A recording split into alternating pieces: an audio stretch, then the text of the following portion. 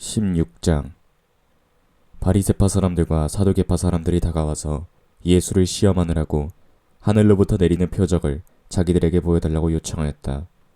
예수께서 그들에게 말씀하셨다. 너희는 저녁 때에는 하늘이 붉은 것을 보고 내일은 날씨가 맑겠구나 하고 아침에는 하늘이 붉고 흐린 것을 보니 오늘은 날씨가 굳겠구나 한다. 너희나 하늘의 징조는 분별할 줄 알면서 시대의 징조들은 분별하지 못하느냐. 악하고 음란한 세대가 표적을 요구하지만 이 세대는 요나의 표적밖에는 아무 표적도 받지 못할 것이다. 그런 다음에 예수께서는 그들을 남겨두고 떠나가셨다. 제자들이 건너편에 이르렀는데 그들은 빵을 가져오는 것을 잊었다. 예수께서 그들에게 말씀하시기를 너희는 바리새파 사람들과 사두개파 사람들의 누룩을 주의하고 경계하여라 하셨다. 그들은 서로 수군거리기를 우리가 빵을 가져오지 않았구나 하였다. 예수께서 이것을 하시고 말씀하셨다. 믿음이 적은 사람들아, 어찌하여 너희는 빵이 없다는 것을 두고 서로 수군거리느냐. 너희는 아직도 깨닫지 못하느냐. 5,000명이 먹은 그 빵 5개를 기억하지 못하느냐. 부스러기를 몇 광줄이나 거두었더냐. 또한 4,000명이 먹은 그 빵 7개를 기억하지 못하느냐. 부스러기를 몇 광줄이나 거두었더냐. 내가 빵을 두고 너희에게 말한 것이 아님을 너희는 어찌하여 깨닫지 못하느냐. 바리새파 사람들과 사두개파 사람들의 누룩을 경계하여라. 그제서야 그들은 빵의 누룩이 아니라 바리새파 사람들과 사두개파 사람들의 가르침을 경계하라고 하시는 말씀인 줄을 깨달았다. 예수께서 빌립보의 가이사랴 지방에 이르러서 제자들에게 물으셨다. 사람들이 인자를 누구라고 하느냐? 제자들이 대답하였다. 세례자 요한이라고 하는 사람들도 있고 엘리야라고 하는 사람들도 있고 예레미야나 예언자들 가운데 한 분이라고 하는 사람들도 있습니다. 예수께서 그들에게 말씀하셨다. 그러면 너희는 나를 누구라고 하느냐? 시몬 베드로가 대답하였다. 선생님은 살아계신 하나님의 아들 그리스도십니다. 예수께서 그에게 말씀하셨다. 시몬 바요나야, 너는 복이 있다. 너에게 이것을 알려주신 분은 사람이 아니라 하늘에 계신 나의 아버지시다. 나도 너에게 말한다. 너는 베드로다. 나는 이 반석 위에다가 내 교회를 세우겠다. 죽음의 세력이 그것을 이기지 못할 것이다. 내가 너에게 하늘나라의 열쇠를 주겠다. 내가 무엇이든지 땅에서 매면 하늘에서도 매일 것이요 땅에서 풀면 하늘에서도 풀릴 것이다. 그때 예수께서 제자들에게 엄명하시기를 자기가 그리스도라는 것을 아무에게도 말하지 말라고 하셨다. 그때부터 예수께서는 자기가 반드시 예루살렘에 올라가고 장로들과 대제사장들과 율법학자들에게 많은 고난을 받고 죽임을 당하고 사흘째 되는 날에 살아나야 한다는 것을 제자들에게 밝히기 시작하셨다. 이에 베드로가 예수를 꼭 붙들고 주님, 안 됩니다. 절대로 이런 일이 주님께 일어나서는 안 됩니다 하면서 예수께 항의하였다. 그러나 예수께서는 돌아서서 베드로에게 말씀하시기를 사탄아, 내 뒤로 물러가라. 너는 나에게 걸림돌이다. 너는 하나님의 일을 생각하지 않고 사람의 일만 생각하는구나 하셨다. 그때 예수께서는 제자들에게 말씀하셨다. 누구든지 나를 따라오려거든 자기를 부인하고 제 십자가를 지고 나를 따라오라. 누구든지 제 목숨을 구하고자 하는 사람은 잃을 것이요 누구든지 나를 위하여 제 목숨을 잃는 사람은 찾을 것이다. 사람이 온 세상을 얻고도 제 목숨을 잃으면 무슨 이득이 있겠느냐. 또 사람이 제 목숨을 되찾는 대가로 무엇을 내놓겠느냐. 인자가 자기 아버지의 영광에 쌓여 자기 천사들을 거느리고 올 터인데 그때에 그는 각 사람에게 그 행실대로 갚아줄 것이다. 내가 진정으로 너희에게 말한다.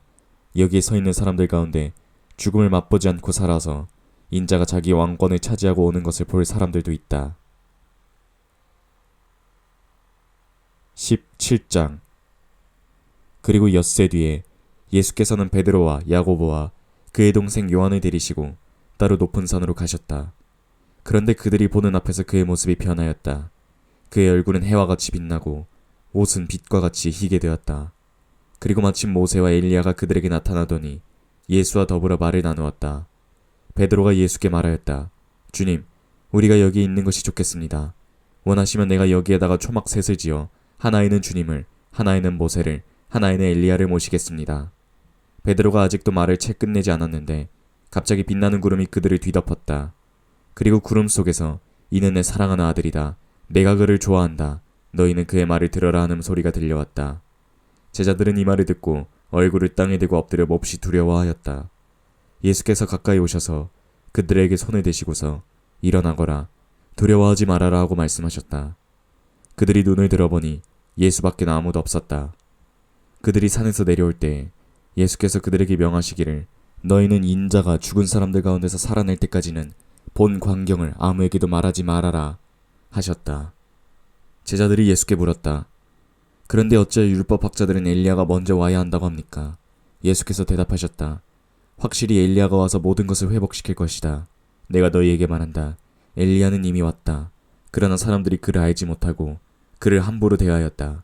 인자도 이와 같이 그들에게 고난을 받을 것이다. 그제서야 비로소 제자들은 예수께서 세례자 요한을 두고 하신 말씀인 줄을 깨달았다. 그들이 무리에게 오니 한 사람이 와서 예수께 다가와서 그 앞에 무릎을 꿇고 말하였다. 주님, 내 아들을 불쌍히 여겨주십시오. 간질병으로 몹시 고통받고 있습니다. 자주 불 속에 뛰어들기도 하고 물속에 빠지기도 합니다. 그래서 아이를 선생님의 제자들에게 데려왔으나 그들은 고치지 못했습니다. 예수께서 말씀하셨다. 아, 믿음이 없고 삐뚤어진 세대여. 내가 언제까지 너희와 같이 있어야 하겠느냐. 내가 언제까지 너희에게 참아야 하겠느냐. 아이를 이리로 내게 데려오너라. 그리고 예수께서 귀신을 꾸짖으셨다. 그러자 귀신이 아이에게서 나가고 아이는 그 순간에 나았다. 그때의 제자들은 따로 예수께 다가가서 물었다. 왜 우리는 귀신을 내쫓지 못했습니까? 예수께서 그들에게 대답하셨다. 너희의 믿음이 적기 때문이다. 내가 진정으로 너희에게 말한다. 너희에게 겨자씨 한 알만한 믿음이라도 있으면 이 산더를 여기에서 저기로 옮겨가라 하면 그대로 될 것이요. 너희가 못할 일이 없을 것이다. 제자들이 갈릴리에 모여 있을 때 예수께서 그들에게 말씀하셨다. 인자가 곧 사람들의 손에 넘어갈 것이고 사람들은 그를 죽일 것이다. 그러나 그는 사흘째 되는 날에 살아날 것이다. 그렇게 말씀하시니 그들은 몹시 슬퍼하였다. 그들이 가버나움에 이르렀을 때 성전세를 거두어들이는 사람들이 베드로에게 다가와서 당신의 선생님은 성전세를 바치지 않습니까? 하고 물었다. 베드로가 대답하기를 바칩니다 하였다. 베드로가 집에 들어가니 예수께서 먼저 말씀을 꺼내셨다. 시몬아, 네 생각은 어떠냐? 세상 임금들이 관세나 주민세를 누구한테서 받아들이느냐? 자기 자녀한테서냐? 아니면 남들한테서냐? 베드로가 남들한테서입니다 하고 대답하니 예수께서 다시 그에게 말씀하셨다. 그러면 자녀들은 면제받는다. 그러나 우리가 그들을 걸려 넘어지지 않게 해야 하니 내가 바다로 가서 낚시를 던져 맨 먼저 올라오는 고기를 잡아 그 입을 벌려보아라. 그러면 은돈 한 입이 그 속에 있을 것이다. 그것을 가져다가 나와 내 몫으로 그들에게 내어라. 18장. 그때의 제자들이 예수께 다가와서 하늘나라에서는 누가 가장 큰 사람입니까? 하고 물었다. 예수께서 어린이 하나를 곁으로 불러서 그들 가운데 세우시고 말씀하셨다. 내가 진정으로 너희에게 말한다. 너희가 돌이켜서 어린이들과 같이 되지 않으면 절대로 하늘나라에 들어가지 못할 것이다. 그러므로 누구든지 이 어린이와 같이 자기를 낮추는 사람이 하늘나라에서는 가장 큰 사람이다. 또 누구든지 내 이름으로 이런 어린이 하나를 영접하면 나를 영접하는 것이다. 나를 믿는 이 작은 사람들 가운데서 하나라도 죄짓게 하는 사람은 차라리 자기 목에 연자 맷돌을 달고 바다 깊숙이 잠기는 편이 낫다. 사람을 죄짓게 하는 일 때문에 세상에 화가 있다. 범죄의 유혹이 없을 수는 없으나 유혹하는 사람에게는 화가 있다. 내 손이나 발이 너를 죄짓게 하거든 그것을 찍어 던져버려라. 내가 두 손과 두 발을 가지고 영원한 불 속에 들어가는 것보다는 차라리 손이나 발이 불구가 되어서 생명에 들어가는 편이 낫다. 또 내 눈이 너를 죄짓게 하거든 빼어서 던져버려라. 내가 두 눈을 가지고 불타는 지옥에 들어가는 것보다는 차라리 한 눈으로 생명에 들어가는 편이 낫다. 너희는 이 작은 사람들 가운데서 하나라도 업신여기지 않도록 조심하여라. 내가 너희에게 말한다. 하늘에서 그들의 천사들이 하늘에 계신 내 아버지의 얼굴을 늘 보고 있다. 너희는 어떻게 생각하느냐?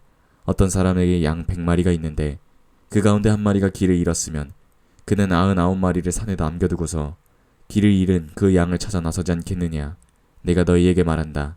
그가 그 양을 찾게 되면 길을 잃지 않은 99마리 양보다 오히려 그 한 마리 양을 두고 더 기뻐할 것이다. 이와 같이 이 작은 사람들 가운데서 하나라도 망하는 것은 하늘에 계신 너희 아버지의 뜻이 아니다. 신도가 너에게 죄를 짓거든 가서 단둘이 있는 자리에서 그에게 충고하여라. 그가 내 말을 들으면 내가 그 신도를 얻은 것이다. 그러나 듣지 않거든 한두 사람을 더 데리고 가거라. 그가 하는 모든 말을 두세 증인의 입을 빌어서 확정지어야 하기 때문이다. 그러나 그 신도가 그들의 말도 듣지 않거든 교회에 말하여라. 교회의 말조차 듣지 않거든 그를 이방 사람이나 세리처럼 여겨라. 내가 진정으로 너희에게 말한다. 무엇이든지 너희가 땅에서 매면 하늘에서도 매일 것이요 땅에서 풀면 하늘에서도 풀릴 것이다. 내가 진정으로 거듭 너희에게 말한다. 너희 가운데 두 사람이 땅에서 합심하여 무슨 일이든지 구하면 하늘에 계신 내 아버지께서 그들에게 이루어 주실 것이다. 두세 사람이 내 이름으로 모이는 자리에는 내가 그들과 함께 있다. 그때 베드로가 다가와서 예수께 말하였다. 주님, 한 신도가 내게 죄를 지을 경우에 내가 몇 번이나 용서해 주어야 합니까? 7번까지 해야 합니까? 예수께서 대답하셨다. 7번까지가 아니라 7번에 70번까지라도 해야 한다. 그러므로 하늘나라는 자기 종들과 샘을 가리려고 하는 어떤 왕을 비길 수 있다. 왕이 샘을 가리기 시작하니 10,000달란트 빚진 종 하나가 왕 앞에 끌려왔다. 그런데 그가 빚을 갚을 길이 없으므로 주인은 그 몸과 아내와 자녀들과 그 밖에 그가 가진 모든 것을 팔아서 갚으라고 명령하였다. 그랬더니 그 종이 엎드려서 무릎을 꿇어 애원하기를 참아주십시오. 다 갚겠습니다 하였다. 주인은 그 종을 가엾게 여겨 그를 도와주고 빚을 삭 쳐주었다. 그러나 그 종은 나가서 자기에게 100데나리온 빚진 동료 하나를 만나 붙들어서 멱살을 잡고 내게 빚진 것을 갚아라고 말하였다. 그 동료는 엎드려 간청하기를 참아주게 내가 갚겠네 하였다. 그러나 그는 들어주려 하지 않고 가서 그 동료를 감옥에 가두고 빚진 돈을 갚을 때까지 갇혀있게 하였다. 다른 종들이 이 광경을 보고 매우 딱하게 여겨서 가서 주인에게 그 일을 다 일렀다. 그러자 주인은 그 종을 불러다 놓고 말하였다. 이 악한 종아, 내가 간청하기에 내가 내게 그 빚을 다 삭쳐주었다. 내가 너를 불쌍히 여긴 것처럼 너도 내 동료를 불쌍히 여겼어야 할 것이 아니냐. 주인이 노하여 그를 형리에게 넘겨주고 빚진 것을 다 갚을 때까지 가두어 두게 하였다. 너희가 각각 진심으로 형제나 자매를 용서하여 주지 않으면 내 하늘 아버지께서도 너희에게 그와 같이 하실 것이다. 19장. 예수께서는 이 말씀을 마치시고 갈릴리를 떠나 요단강 건너편 유대 지역으로 가셨다. 많은 무리가 예수를 따라왔다. 예수께서는 거기에서 그들을 고쳐주셨다. 바리새파 사람들이 예수께 다가와서 그를 시험하려고 물었다. 무엇이든 이유만 있으면 남편이 아내를 버려도 됩니까? 예수께서 대답하여 말씀하셨다. 너희는 창조주께서 처음부터 사람을 남자와 여자로 만드시고 말씀하시기를 그러므로 남자는 부모를 떠나 자기 아내와 합하여 둘이 한 몸이 되어야 한다 하신 것을 아직 읽어보지 못하였느냐. 따라서 그들은 이제 둘이 아니라 한 몸이다. 그러므로 하나님이 짝지어 주신 것을 사람이 갈라놓아서는 안 된다. 그들이 예수께 말하였다. 그러면 어찌하여 모세는 이혼 증서를 써주고 아내를 버리라고 명령하였습니까? 예수께서 대답하셨다. 모세는 너희의 마음이 완악하기 때문에 아내를 버리는 것을 허락해 준 것이지 본래부터 그랬던 것은 아니다. 내가 너희에게 말한다. 누구든지 음행한 까닭이 아닌데도 아내를 버리고 다른 여자에게 장가드는 사람은 간음하는 것이다. 제자들이 예수께 말하였다. 남편과 아내 사이가 그렇다면 차라리 장가들지 않는 것이 좋겠습니다. 예수께서 그들에게 대답하셨다. 누구나 다 이 말을 받아들이지는 못한다. 다만 타고난 사람들만이 받아들인다. 모태로부터 그렇게 태어난 고자도 있고 사람이 만들어서 된 고자도 있고 또 하늘나라 때문에 스스로 고자가 된 사람도 있다.